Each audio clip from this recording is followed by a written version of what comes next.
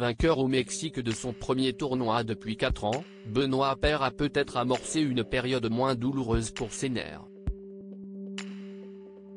Pour fêter son titre, l'Avignonnais a radicalement changé ses habitudes.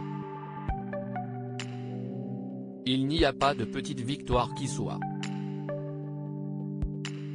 Surtout lorsqu'on s'appelle Benoît Paire, que l'on ne met plus un pied devant l'autre depuis des mois et que l'on a même envisagé de ranger définitivement les raquettes. Pendant que le gratin du tennis se trouvait à Indian Wells, comme Gaël Monfils, de retour sur les cours après sa récente paternité, le bad boy du tennis tricolore avait pris l'avion pour le Mexique afin de disputer le tournoi Challenger de Puerto Vallarta. Retombé à la 209e place du classement, après une longue traversée du désert, l'Avignonnais voulait reprendre confiance en se confrontant à des joueurs de moindre niveau.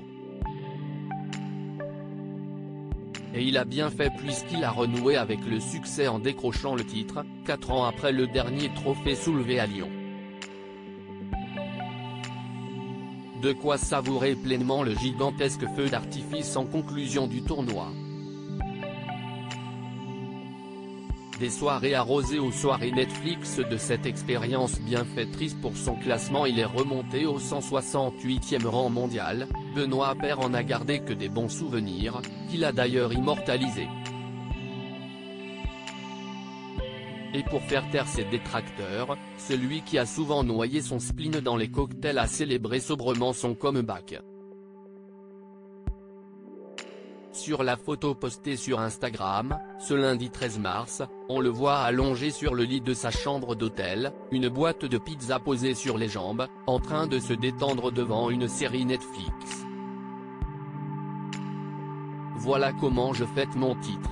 J'ai bien changé, a-t-il écrit, faisant référence aux soirées arrosées dont il était coutumier. Les bars ne manquaient pourtant pas dans cette charmante station balnéaire. Peut-être le début d'une belle période pour le joueur français qui met, enfin, les chances de son côté pour rebondir.